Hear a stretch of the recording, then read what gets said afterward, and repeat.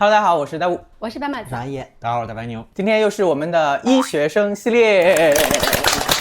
蛋蛋之前是来过的，对，好多年前了，好多年前倒没有吧？再介绍一下你们三位吧。我是小易，我是77，我是蛋蛋，大家都见过，也不一定，可能有人没有见过。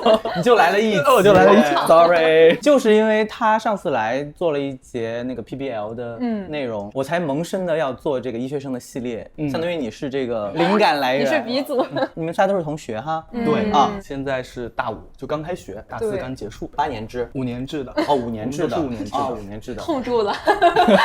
没关系，我们来的也有5年制的。我先例行问一下，当时选择临床专业的原因是什么？我学医的原因感觉就是高中生都是比较清澈的愚蠢，可能就是受了家庭还有一些看的书的影响，就觉得自己想成为一个对社会有贡献的人，然后当时就觉得金钱什么都是很庸俗的东西。为什么会有人金融就想不明白，就觉得啊，学真的就是救死扶伤嘛，就只要再工作，就是对社会有贡献的一个职业吧，所以就选了这个职业。但是现在，这么快就反水了吗？感觉不忘初心那个发誓呢？去哪儿了？没有，就是你看研究生还是学了医嘛，就说明只是说。就更好的平衡自己对于价值观的一个取舍和自己身体的耐受程度，就是心里更有数了对自己。对，不要那么直白。我刚刚好像仿佛听到了一句什么金融什么，是不是？他是不是拉抬了一句金融？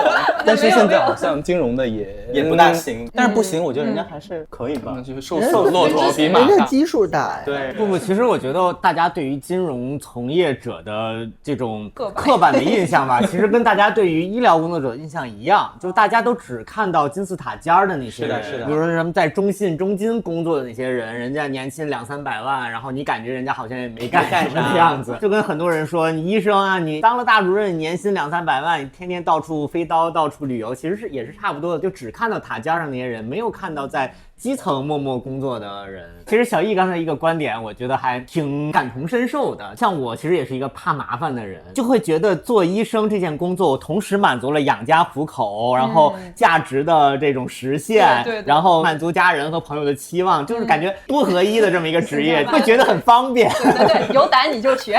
但是我们保险那期其实说过，多合一其实也有多合一的问题。多合一就是你可能每一个项目都会分散掉你一些精力，可能你在每个方面都不太容易达成自己的期望，然后如果说你真的想在各个方面都达成自己想要的那个状态，其实你要付出额外的很多的精力，其实这也是一个问题。醍醐灌顶。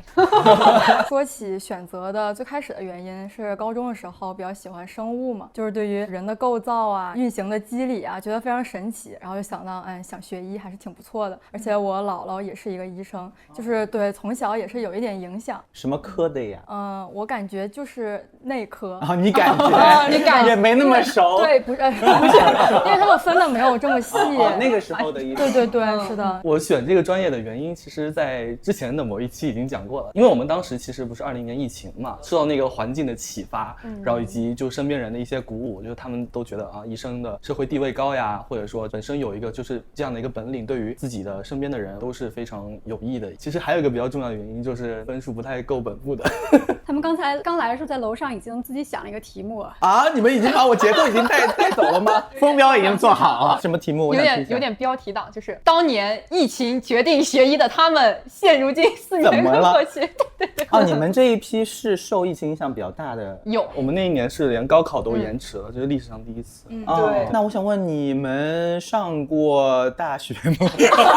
那是实际的来过学校吗？其实有，但是我们当时就是一直在那种一会儿在学校里，然后疫情来了，然后就可能催你回去或者怎么样。那你们会觉得有遗憾吗？其实还好，我觉得我们在学校里待时间还蛮长的，就是我们学校跟其他学校比，我感觉比较勇敢吧，就是在疫情的时候敢让我们在学校里待着，自由选择线上或者线下上课，就不像很多其他学校就强制都变成线上了。可能是准备随时把你们拉去当志愿者，就过去做核酸。说到遗憾，我觉得还是有的，因为就是相较于别人口中的他们当时过的那个大学生活和我们在疫情当中的这样一个时期，我觉得好像还是挺不一样的。那肯定的，就我们肯定受到很多限制，包括北大有一个春假嘛，5·1的那一段基本上有个9天的连假，而且不调休，因为疫情这个就没了。然后呢，到第2年的时候有，但是一半的时候又疫情了，然后又被掐掉。虽然说可能有机会在线下在学校里面上课或者说怎么样，但是其实受到那个影响还是挺大的。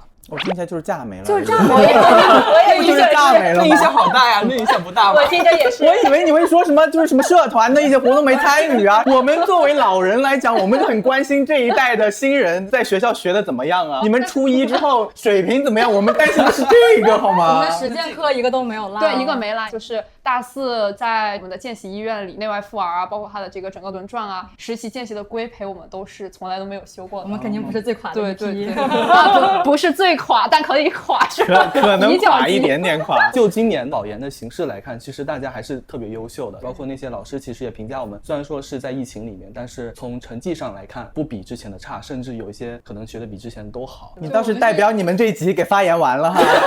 我们很赞同，要找我一下，因为你们是刚升大5嘛。所以我们今天主要跟大家介绍的就是大4的一些临床专业的课程。我们进院之后的课程就是按照桥梁课、系统课和中小科来分的。然后桥梁课就是体检诊断学，然后实验诊断学、影像学和外科学总论。当时学的是这4门课。体检诊断学，对查体，然后实验诊断学就像化验，就是检验科的。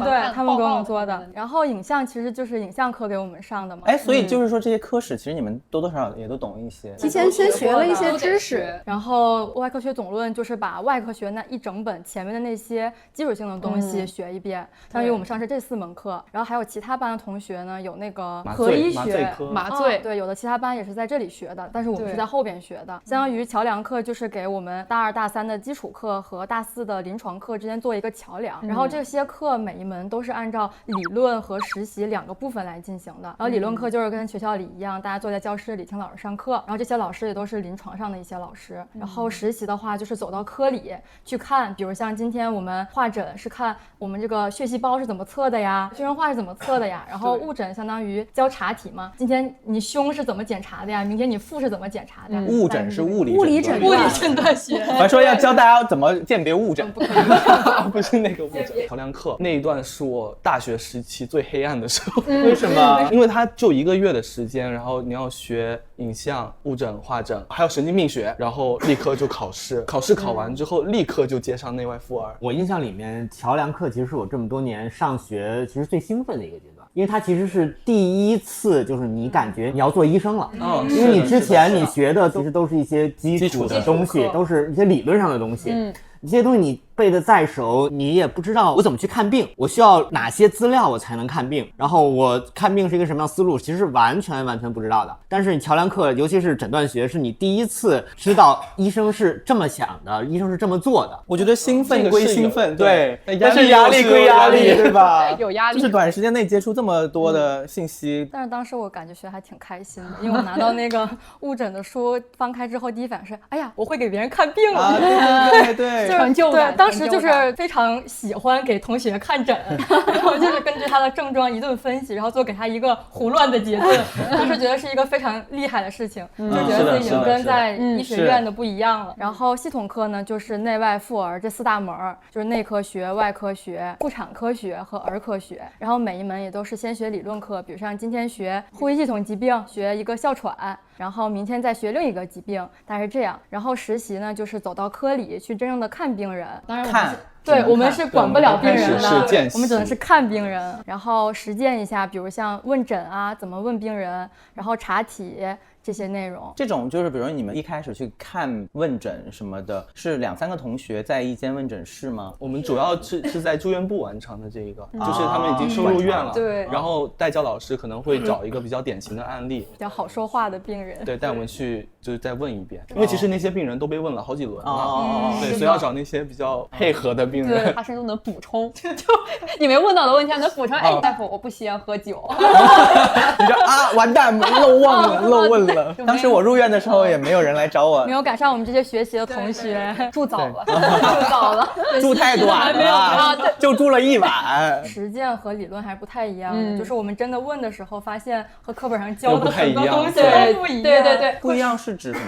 就是病人说的东西可能会更生活化、实际化。就比如像说我吃了这个药那个药，但是其实我们都不学这些商品名，到时候听的时候就一头雾水啊，什么？对，最后已经学会了，可以把把你吃的所有药都拿出来给我看对对一下。对对，我直接拍一张照片，自己回去学。哦，那这一个学期下来，你们的这个问诊技巧和这个病例的能力都能够达到他们认可的一个阶段吗？那肯定达不到，必须要到住院医的阶段，对对，到他们住院医的阶段再磨练个1年，就真正是自己一下去管那么多病人的时候，可能才会。因为我目前的话，管的基数肯定比较小，转一个科可能就写个2、3份、3、4份病例。而且我们写的时候也会挑那些入院次数比较少，对，然后病情比较平稳、比较简单，然后没有那些曲折的并发症之类的那种患者来写。而且还有一点就是感觉思维还是有差异吧。就比如说我们有一个叫问既往史的东西，就比如他得了什么病，是什么药，怎么吃的，吃了几年了，现在治的情况怎么样啊，我们都要问。但是就比如说糖尿病的治疗吧，就对我来说，我就了解啊，他就是通过注射胰岛素来治疗，我觉得我就问到这就行了。但是我发现就是那些已经正在规培的规培生啊，或者是更上级的大夫，他们就是其实要更详细的去抠，而是什么种类的胰岛素呀，你是什么时候打的呀，就是我们其实关注的点都感觉还是比较止步于课本，就没有还有那么深入临床的，没那么详细。其实是知识储备不够。对对对，主要还是学的不够多。问这么多是因为要给他开药，你要问清楚了，我才要给他下医嘱的。对，他们现在这个阶段问病史的目的和实际上管病人的时候不太一样。他们现在主要的目的是培养自己的那个思维，但是你实际的临床工作里面，你问病史，你就要把你后面的临床治疗的一些需求你都了解清楚了。就我们其实现在可能更多是目的是我们想要把这个病诊断出来。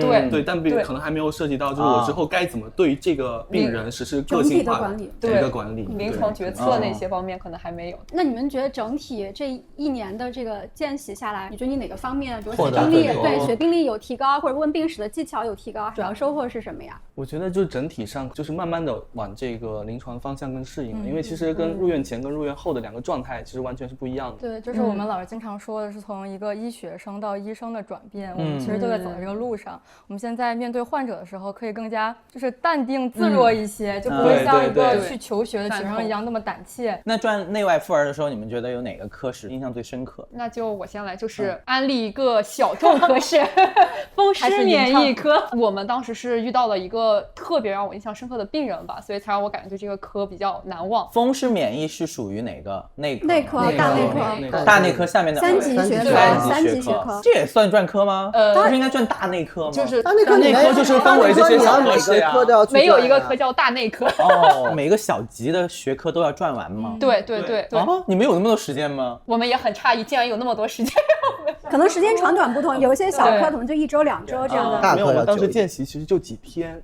就是当时是遇到了一个女病人，她应该是系统性红斑狼疮，然后这位患者怀孕生孩子这个事儿和这个病的复发是有影响的，就相当于那个患者她原本都治好出院了，但是最后可能真的就是还想要个孩子，最后就是为了要这个孩子，然后她就这个疾病又复发了，而且这次复发的很严重，然后给她用各种免疫抑制剂，就是激素，她已经到了一个就是力缺，粒细胞缺乏，就是免疫力下降的不行了，非常低。这真的是一个很艰难的抉择，对于她本人。我想一直好好的，但是我确实想为了我的家庭，对，想要个小孩，然后我就觉得就风湿免疫科它是一个很具有研究空间的学科吧。就假如说我们能研制出来一些药物，能让他又有小孩又不复发，然后还能控制他的这个病情，那会不会对于这样的群体会好很多？然后反正当时看到这个病人，主要是他生病前就是多么青春美好活泼的那种感觉，和生病后那个头发全部掉光的这个前后的对比，让人就是很心痛，很有视觉冲击，是的，然后就会冲击上你的心灵，就觉得虽然学医很累，但还是想为了他们努力一下，继续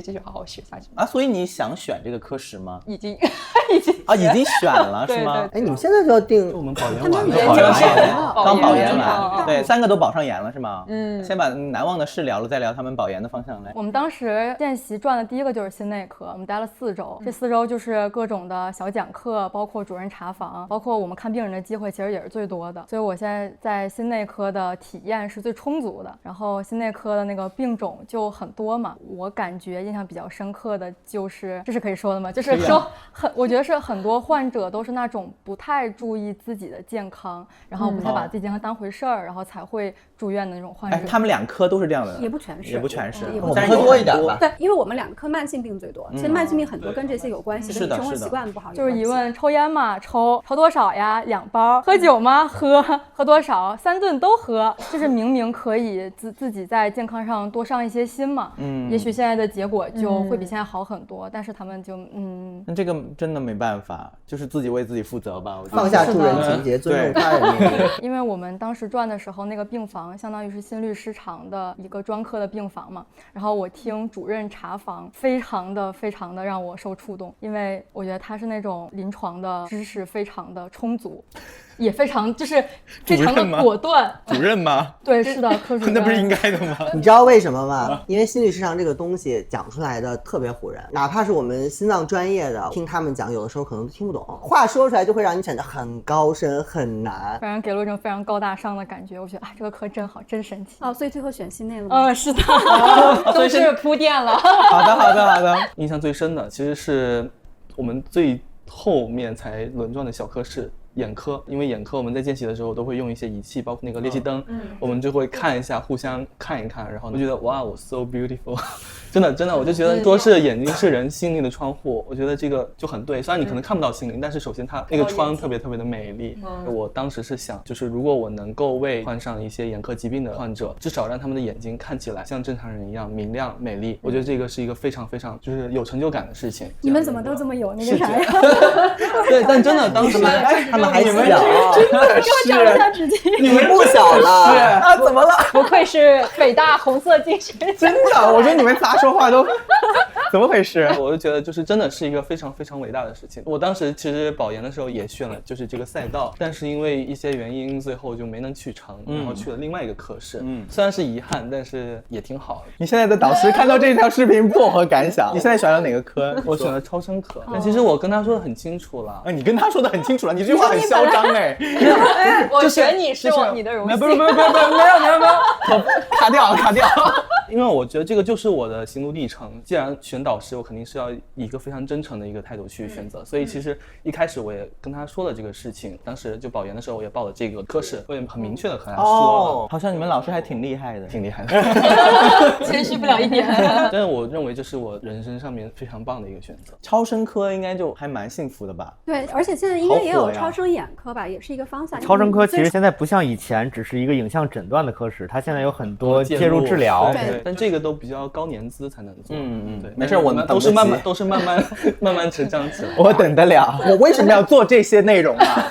我就是为了跟你们拉近关系。等以后我老了之后，你们那个时候刚好升上副高、正高什么的，对吧？成长的差不多了，就可以来帮我解决问题了。介入能帮我做啥呀？介入主要一个是诊断介入，还有一个就是治疗相关的。比如说你那个甲状腺长了一个结节，它可能穿刺也算是一个介入。那也有那个比如说肝癌的那个消融术，它其实也是可以超声来做。对，但我目前了解其实也不是太深，接下来还要继续学习啦。下次就是超声科大夫蛋蛋。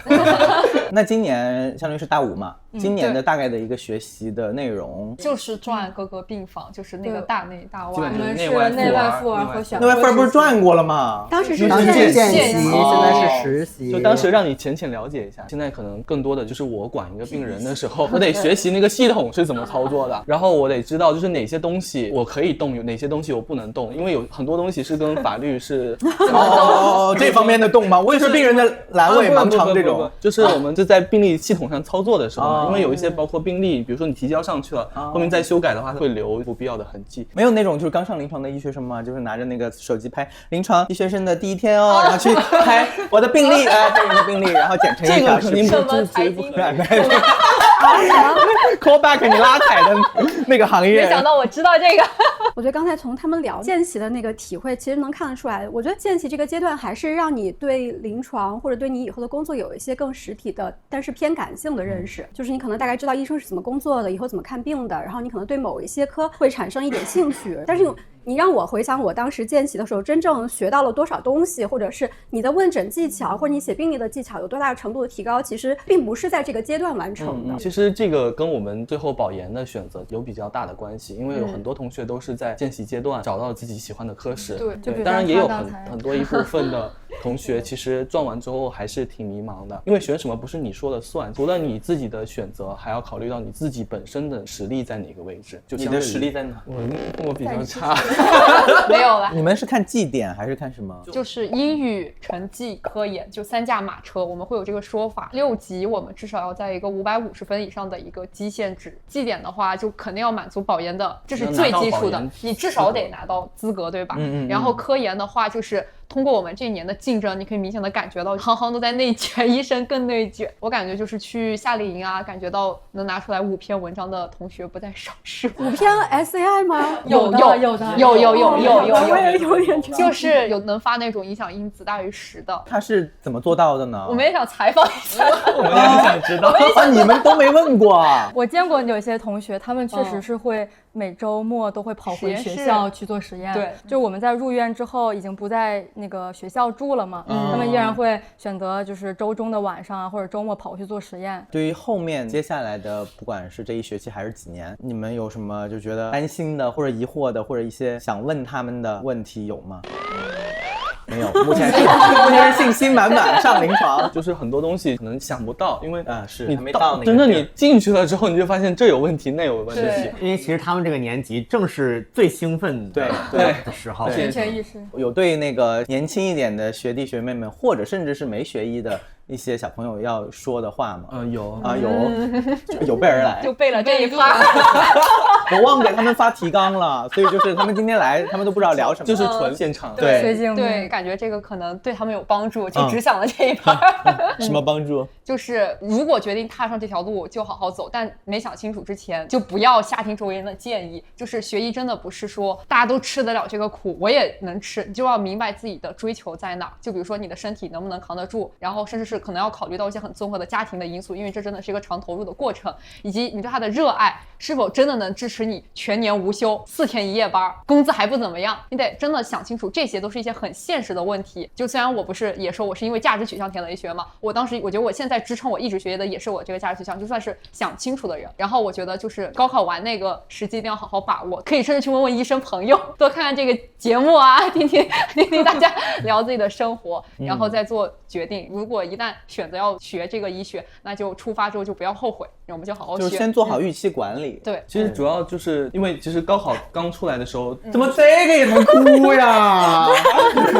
救命！我还想说前面还挺感人的，这儿又回到了劝人学医天打雷击了，好像又有点这个你又哭了。我是觉得就是今天的小朋友都特别的有热忱，他没有接受过现实的毒打，是有热忱的。这几波都没有经过毒打，已经正在开始接受了。3年之后再邀请我们再来一次，然后3年之后我们号都不一定在呢。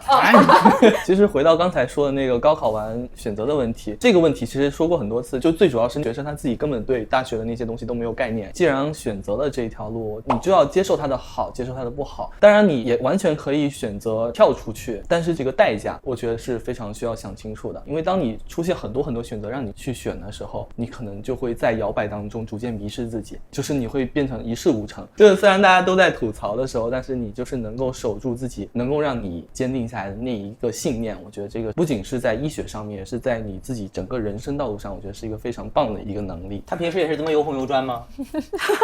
啊，他平时风格是这样的吗？是感觉跟你认识的蛋蛋不太一样。对，说出好几段话都让我觉得我在就是瞠目结舌，上什么？我都觉得这个心脏越打鸡血，上什么刚入学的那种什么系里边的那种医学生宣讲，我宣誓。对，但其实这些很多东西就是你慢慢的会有感受，并不是说可能听起来有点爹味，但是但是很多东西就是你真正的投入到这里面的时候，你就会发现其实还有很多不一样的地方。我其实想补充一点点，就是我们每一个人站在你当下那个角度，哪怕你有很多的资源，或者你有足够多的信息，你可能也不能做到100%的前瞻性。你做的那个选择，回头看不一定是最好的，对，不一定是最好的。但是你既然做出选择，你还是要尽量的去，就是积极的去面对它。遇到困难之后及时调整就可以了，就是不要过多的去回看过去，然后总是要觉得我一定要做一个最好的、最优的选择。你有要说的吗？我感觉他们说的好积极、好正啊！我说点什么好呢？你给他们泼盆冷水，轰击一下，轰击一下。其实我最开始学医的时候，我爸妈是问过他们当年很多学医的朋友的，但是总体上给我的反馈就是不推荐，建议不要学。但是我最终还是选择没有听他们的，坚定了自己的选择。到现在我也不是很后悔，我觉得只要喜欢就可以。其实我觉得学医的门槛只有一个，就是喜欢就可以。大家网上很多劝退学医的，我觉得大部分是因为学医它不是一个最有性价比的事情。你要是对所有的专业都无所谓的态度，想挑一个最有性价比的，我觉得学医不是一个最好的选择。但是如果你就是喜欢这种社会成就感啊，喜欢这种古希腊掌管生死神的这种感觉，就可以来。其实这个性价比就还是落在现在的社会评价体系不够多元的这块上面。社会评价还是以收入、金钱为主。对，你从这个角度考虑，同样的能力的人，你学医一定不是一个具有性价比的事情。但是就是像刚才像我们这节目一开始小易说到的，如果你就喜欢那种多合一的那种，其实学医倒是一个很好的选择。好吧那这期就聊到这里，谢谢大家。如果大家喜欢这个医学生的系列，记得给我们1键3连，我们争取3年之后把他们再记住。争取3年之后这个频道还在。对，拜拜，拜拜。拜拜。